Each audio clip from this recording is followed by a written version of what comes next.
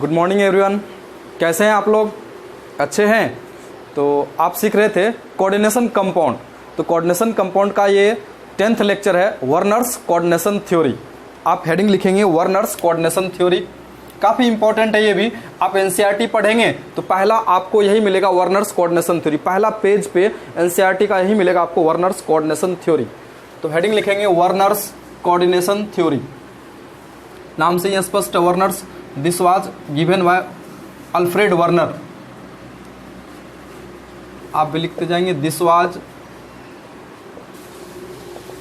Given by Alfred Werner. Alfred Werner. This was given by Alfred Werner. According to this theory,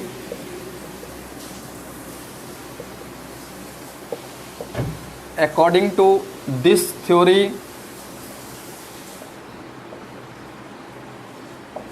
central metal of complex compound has two types of valency, primary valency and secondary valency. According to this theory, central metal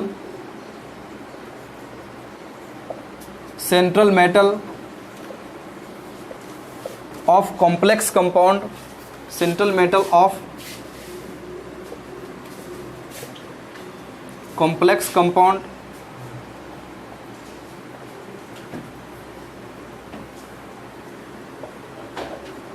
have two types of valency. Compounds have two types of valency. Two types, shows two types of valency. Shows two types of valency.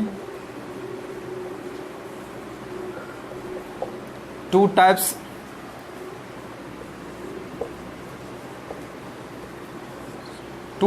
of valencies.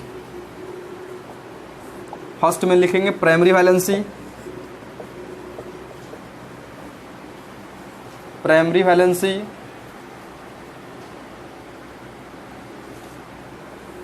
दूसरा लिखेंगे secondary valency.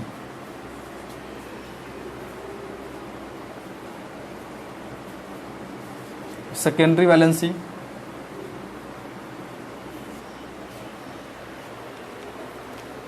Heading लिखेंगे first में primary valency.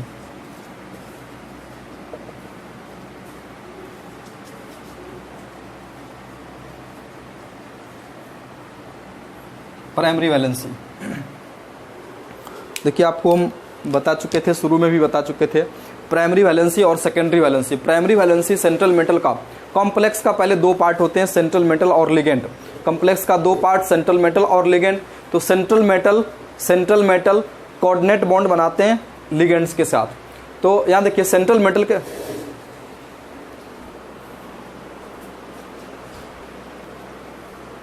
तो आप heading लिखेंगे primary valency. Primary valency वो होते हैं ऑक्सीडेशन नंबर, सेंट्रल मेटल का ऑक्सीडेशन नंबर जो होते हैं प्राइमरी वैलेंसी होते हैं, और कोऑर्डिनेशन नंबर जो होते हैं सेकेंडरी वैलेंसी होते हैं। मीन्स क्या, सेंट्रल मेटल दो टाइप के बॉन्ड बनाते हैं।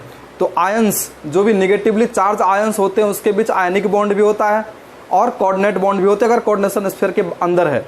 अगर कोई एनोनिक लिगेंड्स कोऑर्डिनेशन स्फीयर के बाहर होगा, मीन्स क्या, काउंटर आयन होंगे, तो उसके बीच केवल आयनिक बॉन्ड होगा। अभी ये समझिए कि प्राइमरी वैलेंसी केवल ऑक्सीडेशन नंबर, सेंट्रल एटम का जो ऑक्सीडेशन नंबर होते हैं वो प्राइमरी वैलेंसी होता है। सेंट्रल मेटल का जो ऑक्सीडेशन नंबर होते हैं वो प्राइमरी वैलेंसी होता है। आप लिखिए, it is the oxidation number. First में लिखेंगे it is the oxidation number या oxidation state of central metal atom. आप भी लिखते जाएंगे, it is the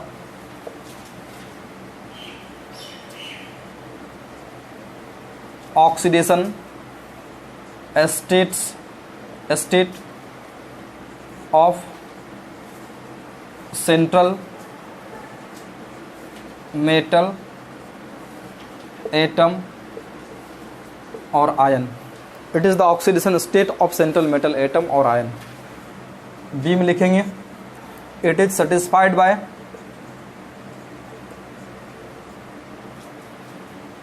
it is satisfied by negatively charged ions. negatively charged ions. It is satisfied by negatively charged ions. Next आप लिखेंगे it is primary valency. It is ionic. It is ionizable part. It is ionizable in nature. It is ionizable in nature. D में लिखेंगे it is ionic. It is ionic in nature. It is ionic in nature.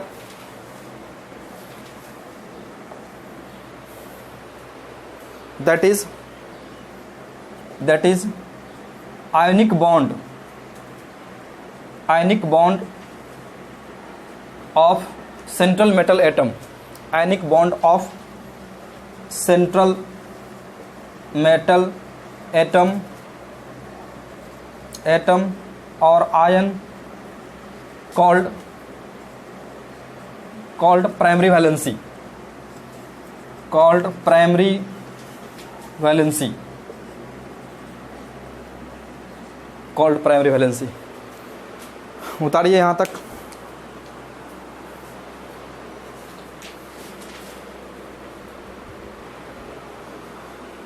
Primary valency का next point देखिए, primary valency ionic bond.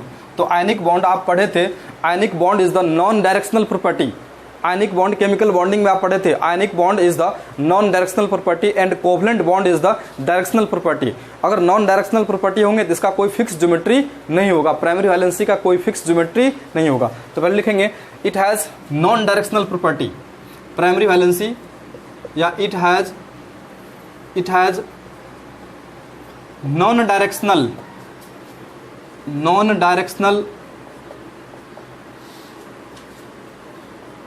it has non-directional property.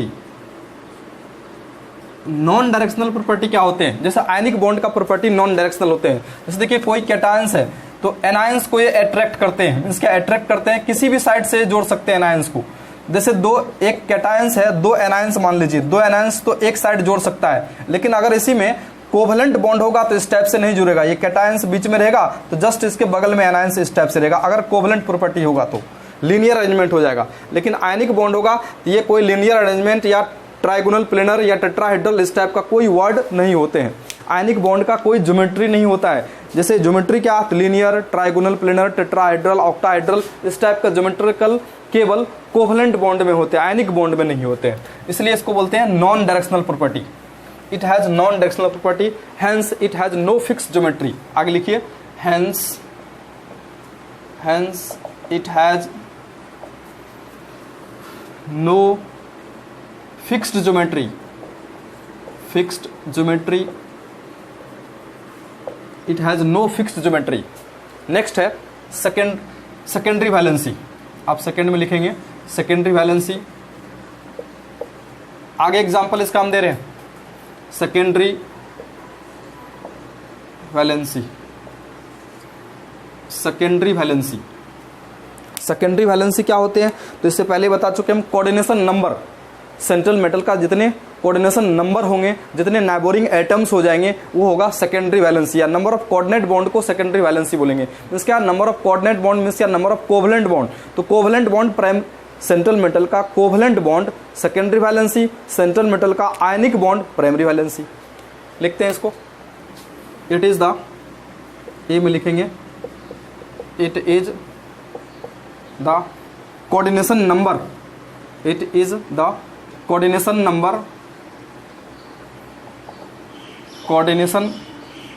Number of central metal atom. Of central metal atom और ion. It is the coordination number of central metal atom और ion. It is satisfied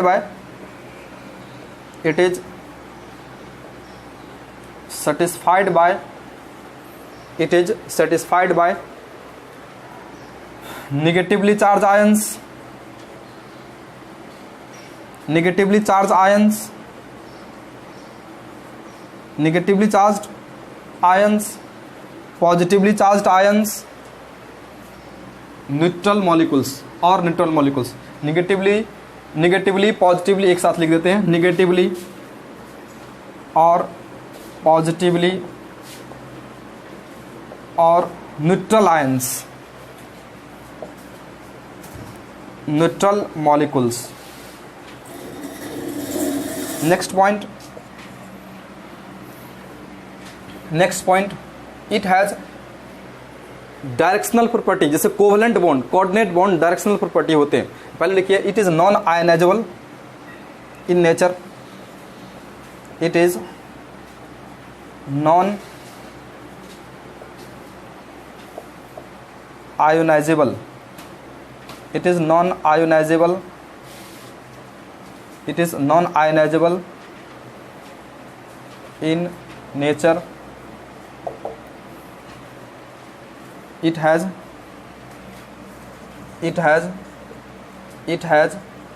directional property, it has directional properties या property, hence it has fixed geometry, hence it has fixed geometry, hence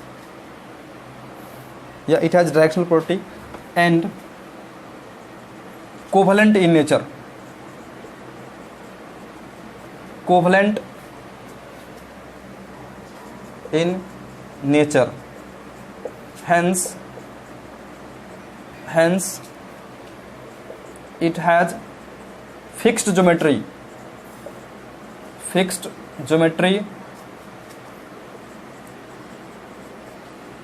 it has fixed geometry, linear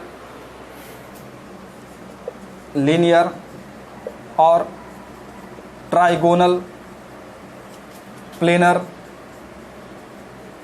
और tetrahedral ETC. चलिए example आपको हम देते हैं किसका, primary और secondary valency के एक एग्जाम्पल देते हैं. उतारिए इसको, एग्जाम्पल देखिए इसका, एग्जाम्पल ऑफ वर्नर्स थ्योरी का देखिए, प्राइमरी और सेकेंडरी वैलेंसी. इस टाइप का एक एग्जाम्पल ले रहे हैं हम, FeNH3 Cl3. तो आप इसमें बताइए ऑक्सीडेशन नंबर, इस सेंट्रल मेटल का जो ऑक्सीडेशन नंबर होंगे वो प्राइमरी वैलेंसी होगा और इसका कोऑर्डिनेशन नंबर जो होंगे वो सेकेंडरी वैलेंसी होगा. तो इस आयरन पे कितने पॉजिटिव चार्ज है आप बताइए. ये अमोनिया न्यूट्रल स्टेट में होते हैं 0, 3 क्लोरीन हेलोजन ग्रुप है -1 होते हैं, 3 क्लोरीन -3, टोटल चार्ज 0 होना चाहिए कंपाउंड पे. तो इसको x मान लीजिए, तो x का वैल्यू कितना पुट करें कि इधर 0 हो जाए, तो ये -3 + 3 पुट करेंगे 0 हो जाएगा. तो ये प्राइमरी वैलेंसी हो जाएगा. तो इसका प्राइमरी वैलेंसी इस कॉम्प्लेक्स का प्राइमरी वैलेंसी, इस सेंट्रल मेटल का प्राइमरी वैलेंसी क्या हो जाएंगे, +3 या 3 लिख सकते हैं. ऑक्सीडेशन नंबर जो होते हैं प्राइमरी वैलेंसी होते हैं और कोऑर्डिनेशन नंबर जो होते हैं सेकेंडरी वैलेंसी होता है. तो इसका सेकेंडरी वैलेंसी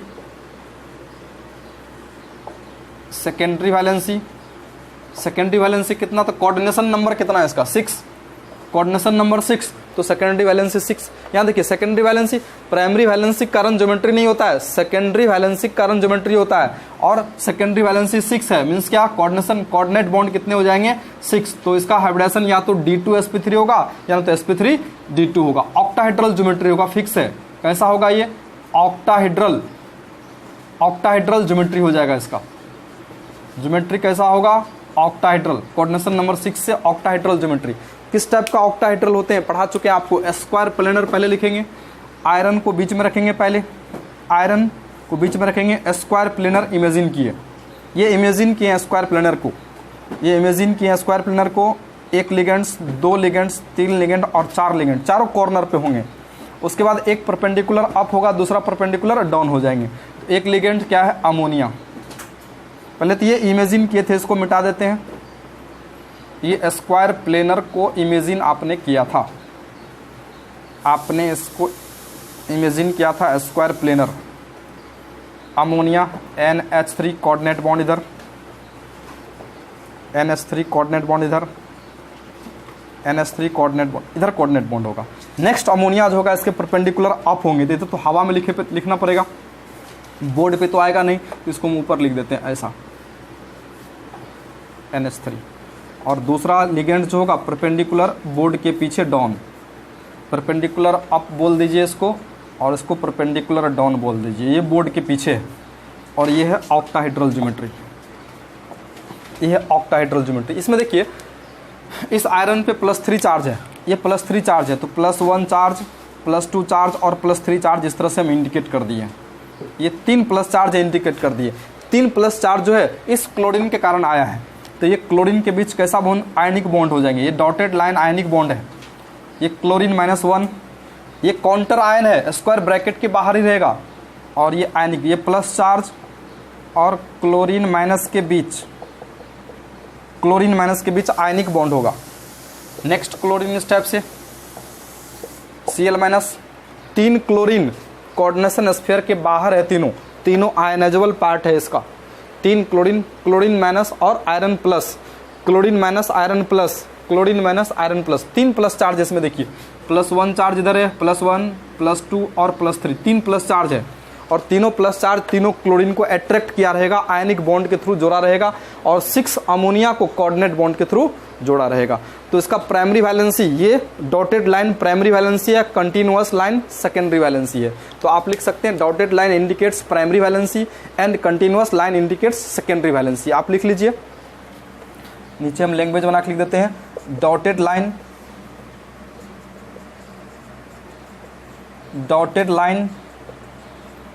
indicates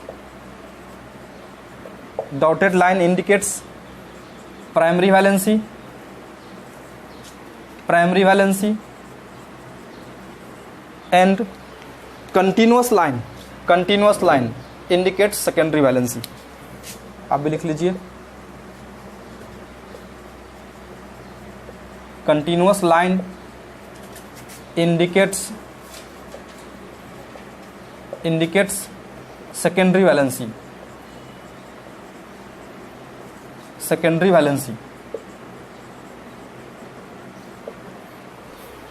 उतारिए इसको।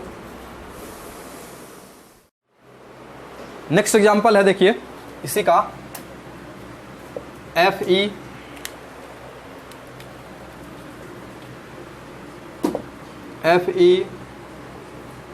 NH3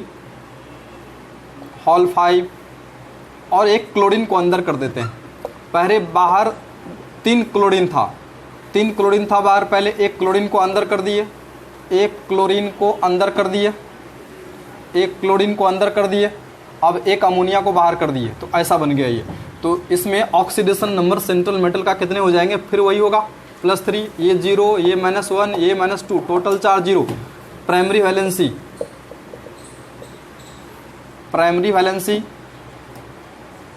वैलेंसी कितनी है, 3। सेकेंडरी वैलेंसी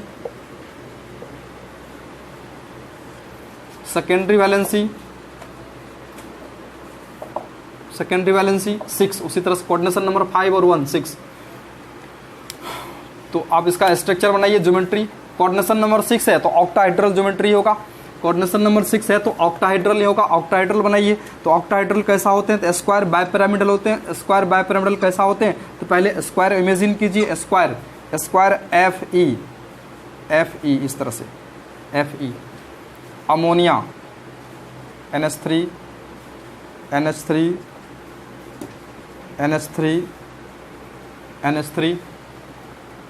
और 1 अमोनिया इधर भी,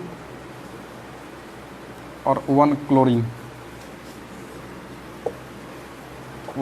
यहाँ देखिए 1 क्लोरीन सो बोथ वैलेंसी, ये क्लोरीन आयनिक बॉन्ड भी बनाएगा और कोऑर्डिनेट बॉन्ड भी बनाएगा। देखिए कोऑर्डिनेशन स्फीयर के अंदर है तो कोऑर्डिनेट बॉन्ड तो डिफरेंट बनेगा, आयनिक बॉन्ड बने या ना बने कोऑर्डिनेट बॉन्ड डिफरेंट बनेगा अगर कोऑर्डिनेशन स्फीयर के अंदर होगा। कोऑर्डिनेशन स्फीयर के बाहर होगा तो कोऑर्डिनेट बॉन्ड बिल्कुल नहीं बनेगा। कोऑर्डिनेशन स्फीयर के बाहर होगा तो कोऑर्डिनेट बॉन्ड बिल्कुल नहीं बनेगा, केवल आयनिक बॉन्ड हो सकता है। तो ये 1 chlorine so both valency primary as well as secondary. 1 chlorine so both valency primary as well as secondary, -1 charge और इस पे +1 चार्ज है। नेक्स्ट है 2 chlorine so only primary valency, 2 chlorine so only primary valency. इसमें important क्या है, ये dotted line indicates primary valency और continuous line indicates secondary valency. ये डॉटेड लाइन वाला ओनली डॉटेड लाइन 2 क्लोरीन है तो 2 chlorine so only primary valency, 1 chlorine so both primary और सेकेंडरी वैलेंसी। लिख लीजिए। तो इसमें ये इंपॉर्टेंट है कि 1 chlorine so both valency, 1 chlorine आप भी लिखते जाएंगे, 1 chlorine so both valency, both valency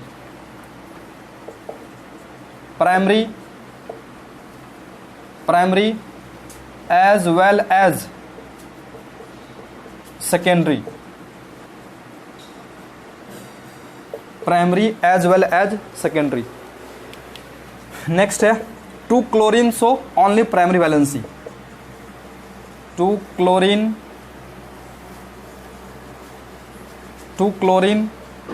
सो only primary valency, 2 chlorine so only primary valency. उतारिए। ये 2 क्लोरीन केवल प्राइमरी वैलेंसी शो कर रहा है और ये क्लोरीन दोनों वैलेंसी शो कर रहे हैं, प्राइमरी और सेकेंडरी। कंटिन्यूअस लाइन भी है, डॉटेड लाइन भी है। उतारिए इसको। नेक्स्ट एग्जांपल एक और देखिए, एक और एग्जांपल देखिए, थर्ड एग्जांपल FeNH3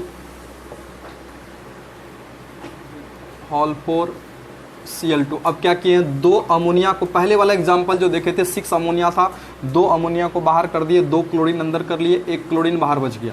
ये एग्जांपल हो गया। तो इसमें देखिए, फिर यहाँ देखिए ऑक्सीडेशन नंबर ये 0, ये -2, ये -1, टोटल चार्ज 0 होना चाहिए, -3 और इस पर कितना चार्ज रखेंगे, +3 चार्ज। तो प्राइमरी वैलेंसी इसका, प्राइमरी वैलेंसी इस कॉम्प्लेक्स का भी कितने हो जाएंगे, प्राइमरी वैलेंसी 3 और सेकेंडरी वैलेंसी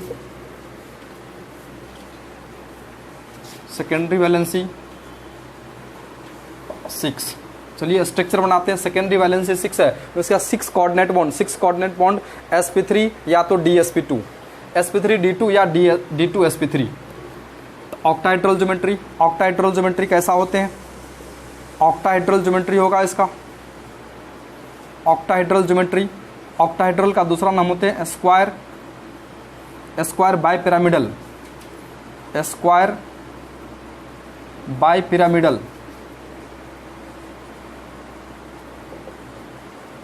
बाइपिरामिडल कैसा होते हैं। तो पहले स्क्वायर बनाइए, स्क्वायर इमेजिन कर लिए, बीच में सेंट्रल मेटल को रखेंगे, आयरन को रखेंगे बीच में।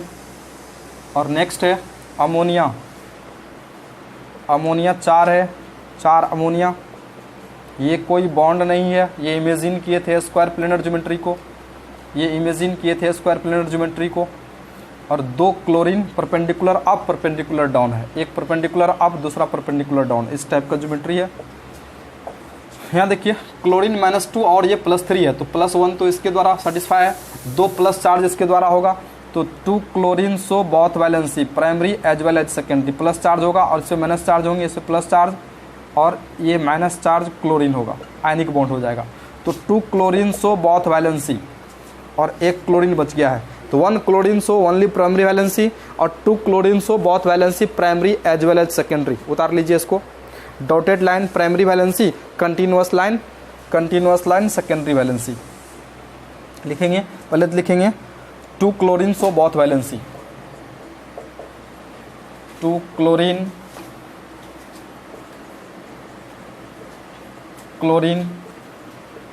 सो both valency,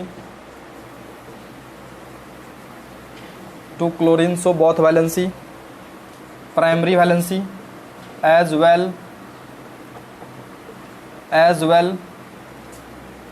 as secondary valency, 1 chlorine so primary valency, 1 chlorine so only primary valency.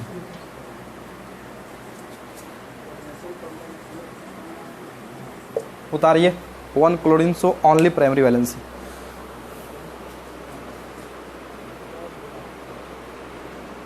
इसमें देखिए चेंजिंग हम क्या किए हैं, तो पहले अमोनिया 6 था और काउंटर आयन क्लोरीन 3 था, तो उसी को क्या किए 3 अमोनिया को बाहर कर दिए। यहाँ 6 अमोनिया था, 3 अमोनिया को बाहर कर दिए और 3 क्लोरीन को अंदर कर लिए। यहाँ देखिए प्राइमरी और सेकेंडरी वैलेंसी चेंज नहीं हुआ है, प्राइमरी और सेकेंडरी वैलेंसी इसमें चेंज नहीं हुआ है। यहाँ भी इसका प्राइमरी वैलेंसी कितना है देख लीजिए, ऑक्सीडेशन नंबर ये +3 चार्ज, कैसे ये 0, ये -3, टोटल चार्ज 0। इस आयरन का ऑक्सीडेशन नंबर 3 है, तो इसका प्राइमरी वैलेंसी 3 हो जाएंगे। सेकेंडरी वैलेंसी बताइए, तो सेकेंडरी वैलेंसी होते हैं कोऑर्डिनेशन नंबर होते हैं, तो कोऑर्डिनेशन नंबर 3 और 3 कितने हो जाएंगे 6, तो सेकेंडरी वैलेंसी इसका 6 हो जाएंगे। सेकेंडरी वैलेंसी 6 है तो डिफरेंट ये ऑक्टाहेड्रल ज्योमेट्री होगा, तो ऑक्टाहेड्रल ज्योमेट्री बनाइए। ज्योमेट्री कैसा होगा, कोऑर्डिनेशन नंबर 6 है, कोऑर्डिनेशन नंबर 6 है तो सेकेंडरी वैलेंसी 6 और ऑक्टाहेड्रल ज्योमेट्री कोऑर्डिनेशन नंबर 6 होते हैं, तो ऑलवेज क्या होता है ऑक्टाहेड्रल ज्योमेट्री होते हैं, ऑक्टाहेड्रल ज्योमेट्री होते हैं, always octahedral geometry. Octahedral geometry कैसा होते हैं एक बार पेन से आपको हम बताते हैं, मार्कर से एक बार बता देते हैं ऑक्टाहेड्रल ज्योमेट्री कैसे होते हैं। पहले भी आपको हम बताते आ रहे थे इस टाइप का ऑक्टाहेड्रल ज्योमेट्री। यहाँ देखिए octahedral geometry square by pyramidal नाम होता है, स्क्वायर बाय पिरामिडल नाम होता है, तो इस टाइप से बनाते हैं। 4 लिगेंड्स चारों कॉर्नर पे होंगे, स्क्वायर पे होंगे, बीच में सेंट्रल मेटल होगा और आयरन बीच में होगा, और ये चारों कॉर्नर पे 4 लिगेंड हो जाएंगे।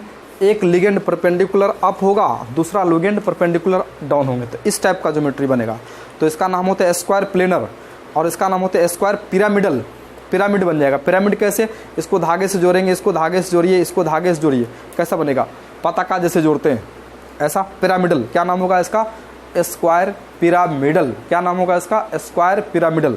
और नीचे भी एक पिरामिड बनेगा, नीचे एक लिगेंड हो जाएगा तो नीचे भी एक पिरामिड बनेगा, इसका नाम होगा स्क्वायर बाय पिरामिडल। क्या नाम होगा इसका स्क्वायर बाय पिरामिडल। और स्क्वायर बाय पिरामिडल को ही बोलते हैं ऑक्टाहेड्रल ज्योमेट्री। तो उतारिए,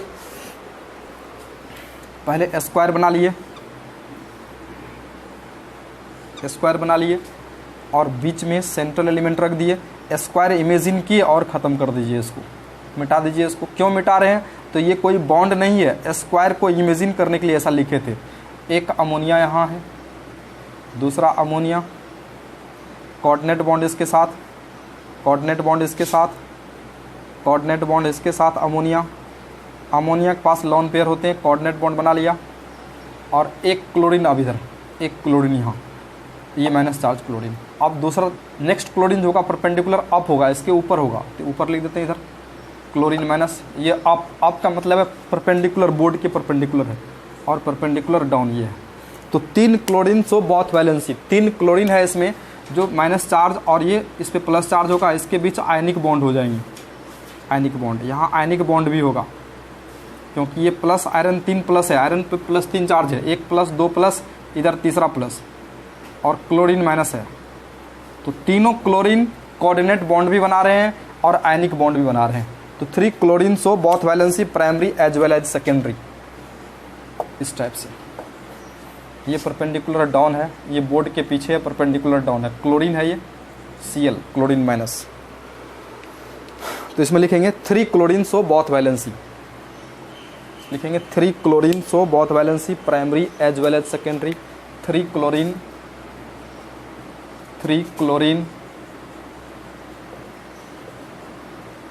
सो both valency, 3 chlorine so both valencies primary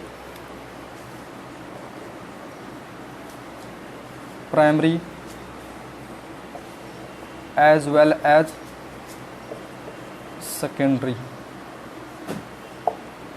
उतारिए, 3 chlorine so both valency primary as well as secondary. उतारिए,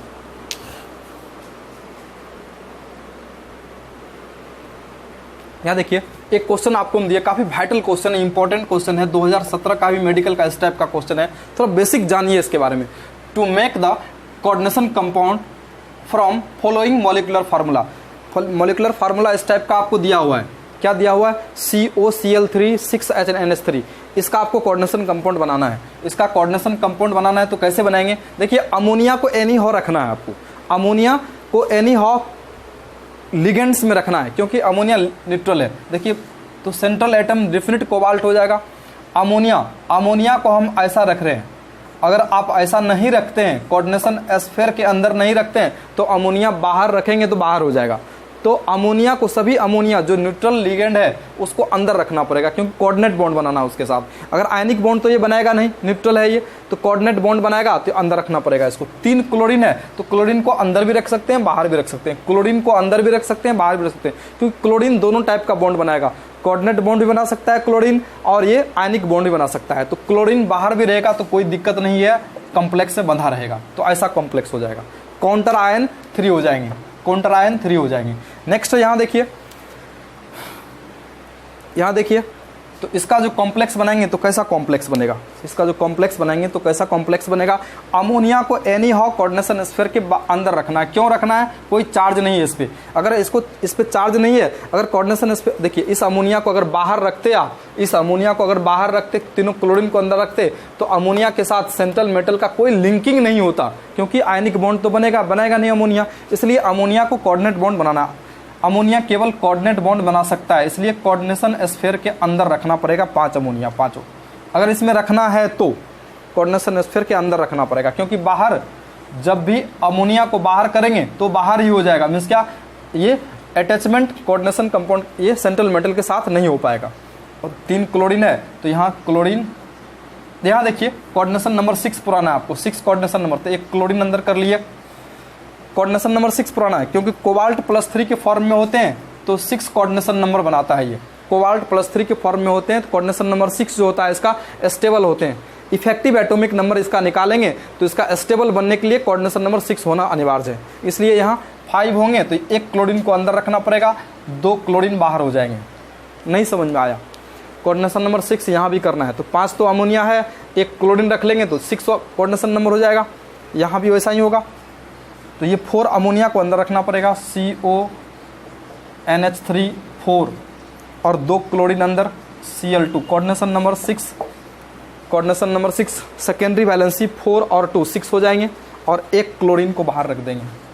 next है CO कोबाल्ट, NH3 जितना है सभी कोऑर्डिनेशन स्फीयर के अंदर रखिए, नहीं तो फिर ये बाहर ही हो जाएगा। Cl3 इस टाइप से उतार लीजिए इसको, काफ़ी इंपॉर्टेंट है। आगे हम इसका रिएक्शन कराएंगे AgNO3 सिल्वर नाइट्रेट से, तो ये काउंटर आयन ही डिसॉल्व होंगे, AgCl बनाएंगे, ये काउंटर आयन AgCl बनाएंगे। 2017 में मेडिकल में पूछा है इस टाइप का, आगे हम बताते हैं, और इसके बाद स्टेप है, तो उतारिए इसको।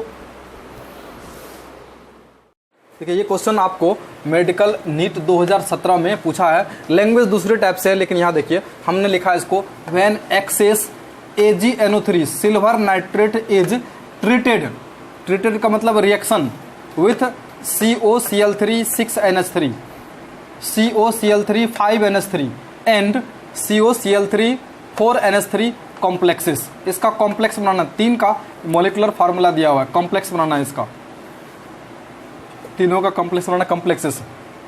The AgCl is formed respectively, तीनों कॉम्प्लेक्स से रिएक्शन कराएंगे AgNO3 का तो AgCl बनेगा। तो ऑप्शन हम 2 ही लिखे हैं, इसमें 4 ऑप्शन है लेकिन 2 ही ऑप्शन लिखे हैं, क्योंकि आगे हम एक्सप्लेन करते हैं इसको। देखिए फर्स्ट में लेते हैं ये COCl3 और 6NH3, तो कॉम्प्लेक्स बनाएंगे तो कैसा कॉम्प्लेक्स बनेगा? पहले अमोनिया को CONH3, अमोनिया 6 है, इसको कोऑर्डिनेशन स्फीयर के अंदर रखना है। अगर अमोनिया आप बाहर रखते हैं तो ये सेंट्रल मेटल अमोनिया के बीच कोई बॉन्डिंग नहीं रहेगा, अमोनिया न्यूट्रल लिगेंड है, इसलिए अमोनिया को अंदर रखना जरूरी है। और 3 Cl है तो Cl3 काउंटर आयन रख सकते हैं। अब इसका रिएक्शन कराते हैं AgNO3 से, समझिए यहाँ AgNO3, और ये एक्सेस दिया हुआ है, ये बहुत ही ज़्यादा दिया हुआ है, ये लिमिटिंग है और ये एक्सेस है। रिएक्शन में 2 टाइप के होते हैं, एक लिमिटिंग और एक एक्सेस रिएजेंट होते हैं। ये एक्सेस रिएजेंट है, इसकी कमी नहीं है, एक्सेस रिएजेंट और लिमिटिंग होते हैं। तो लिमिटिंग ये है इसका, समझिए इसको। तो ये काउंटर आयन पढ़ चुके हैं आप, 3 क्लोरीन आयन है, 3 काउंटर आयन है, तो 3 क्लोरीन ये प्रोड्यूस करेगा, और 3 क्लोरीन प्रोड्यूस करेगा तो AgCl जो बनेंगे 3 AgCl, यहाँ देखिए ये 3 AgCl बनेंगे, 3 AgCl और सिल्वर प्लस, और नाइट्रेट आयन 3 नाइट्रेट आयन यहाँ ऐड हो जाएगा। तो इससे कोई मतलब नहीं है, मेन ये कितना बना इससे मतलब है। इधर जो बनेगा कॉम्प्लेक्स कैसा बनेगा, तो CONH3 होल 6 और NO3 यहाँ आ जाएगा, NO3 कितने, तो 3 माइनस के फॉर्म में, नाइट्रेट आयन के फॉर्म में। तो ऐसा, इससे तो कोई मतलब नहीं है। आपसे पूछा जा रहा है कि AgCl कितना बनेगा, तो AgCl जितने काउंटर आयन क्लोरीन होंगे उतने AgCl बनेगा, क्योंकि इसकी तो कमी है नहीं, एक्सेस है ये।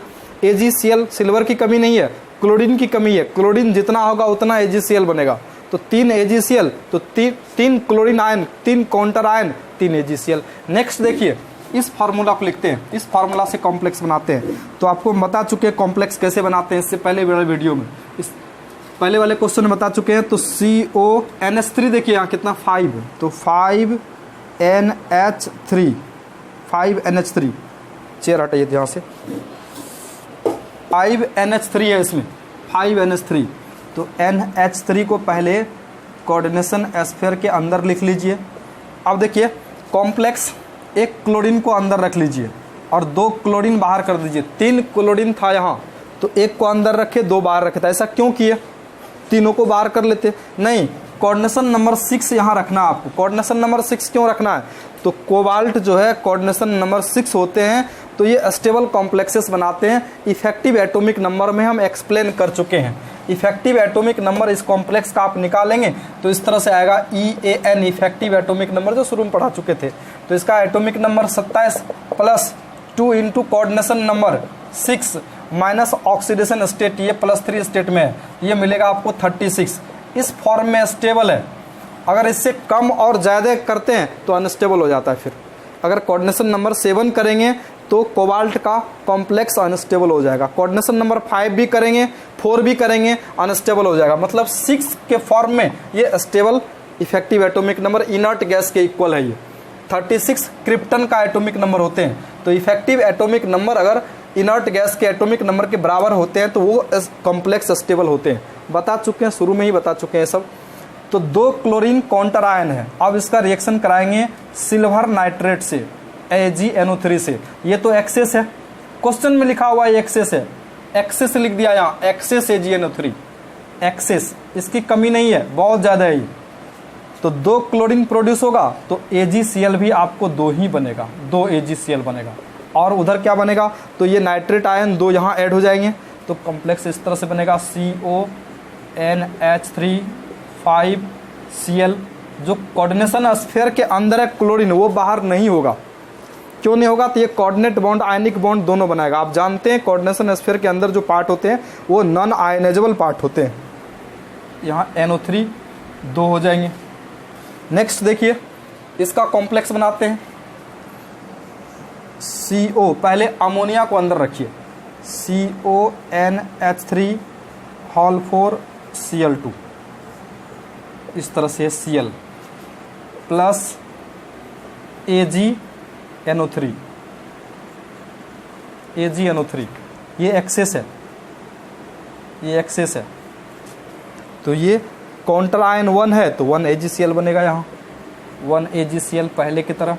बाद में कि ये नाइट्रेट यहाँ लग जाएगा, CONH3 4 Cl2।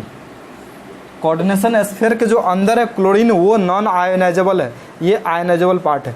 ऐसे भी इसको बोलते हैं कोऑर्डिनेशन स्फीयर और इसको बोलते हैं आयोनाइजेशन स्फीयर। तो आयोनाइजेशन स्फीयर में जो काउंटर आयन होते हैं वो आयनाइजेबल पार्ट होता है। तो Cl- के फॉर्म में बाहर हुआ तो Ag+ से रिएक्शन करेंगे तो AgCl बनेगा। तो मेन आपसे क्वेश्चन ये पूछा जा रहा था कि AgCl कितना बनेगा, तो यही क्वेश्चन हो जाएगा। इससे रिएक्शन कराएंगे तो 3 AgCl, इससे रिएक्शन कराएंगे 2 AgCl, जितना काउंटर आयन उतना AgCl बनेगा। इधर से कुछ मतलब था नहीं, यहाँ NO3 एक नाइट्रेट लग जाएगा, इधर से कोई मतलब नहीं था आपको, इधर से कोई मतलब नहीं था। ये प्रोडक्ट आपको पूछा जा रहा था, तो उतार लीजिए।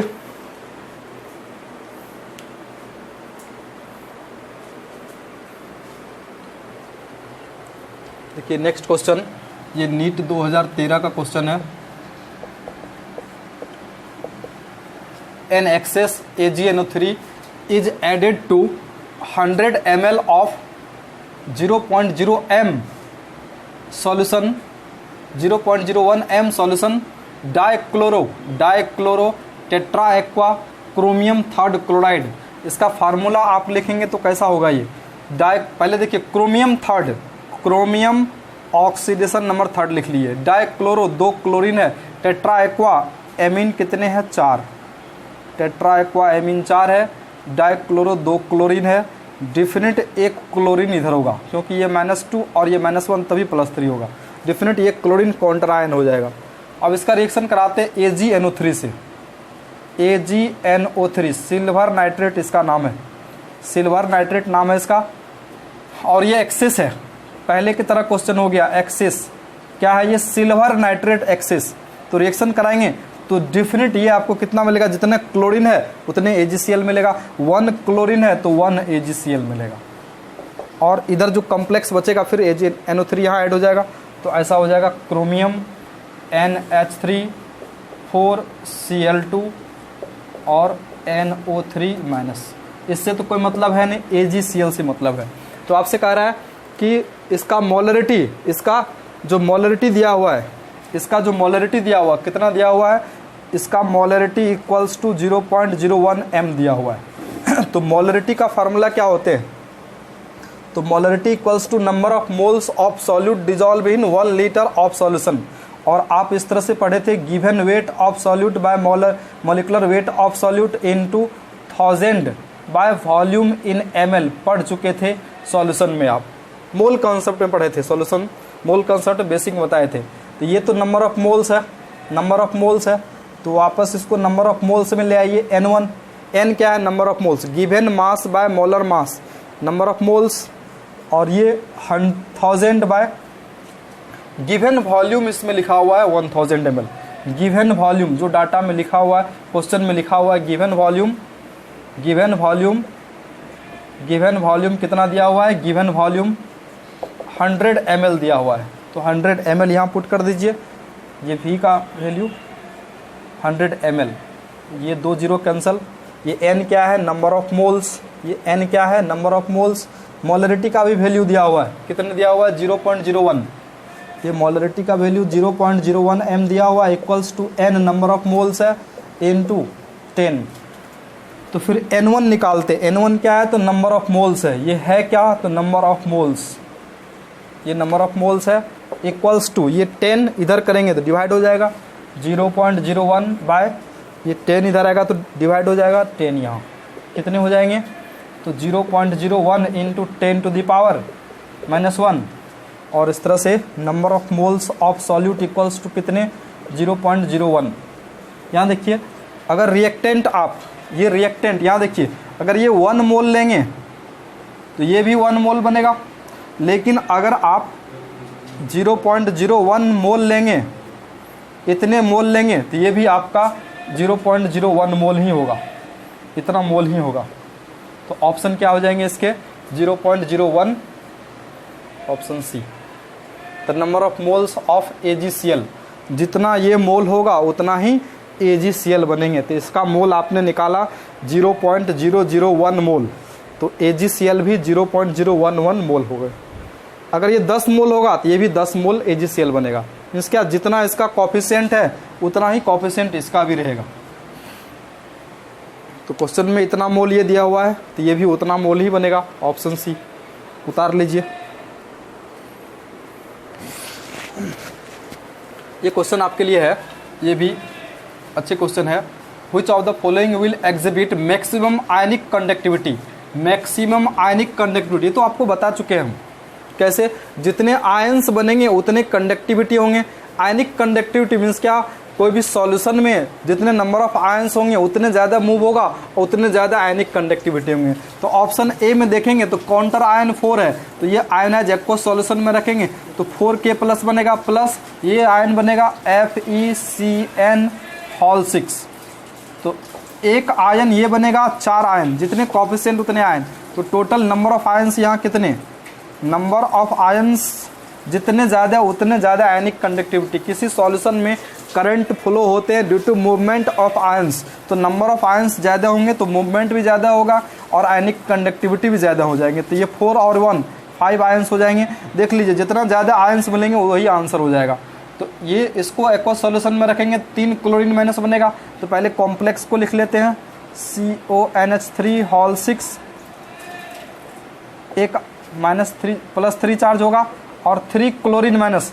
तो टोटल आयंस यहाँ कितना, यहाँ 5, यहाँ कितने हो जाएंगे 3 और 1 4 आयंस हो जाएंगे। यहाँ नंबर ऑफ आयंस कितने, नंबर ऑफ आयंस 3 और इसका कोफिशिएंट 1 है तो 1, ये 4 हो जाएंगे। 1 और 3 4 हो जाएंगे। ऑप्शन सी देखिए यहाँ कितने, तो यहाँ ये 2 और 1 3 आयंस हो जाएंगे। यहाँ एक भी आयन नहीं, यहाँ 0 आयंस हो जाएंगे। ये डी में number of ions counter ion नहीं है, काउंटर आयन नहीं है, 0 आयंस। 0 आयंस यहाँ कितना आयंस बनेगा, तो 2 और 1 3 आयंस बन जाएंगे। ये भी लिख ही देते हैं आपको, CONH3 4 और 2 क्लोरीन आयन है तो 2Cl माइनस। तो नंबर ऑफ आयंस कितने 2 और 1, यहाँ पॉजिटिव 2 चार्ज हो जाएंगे। 2 और 1, ये 1 कोफिशिएंट है तो number of ions 3, number of ions 3, यहाँ 3 आयंस, यहाँ 4 आयंस, यहाँ 5। ऑप्शन क्या हो जाएंगे 5 वाला, ऑप्शन ए।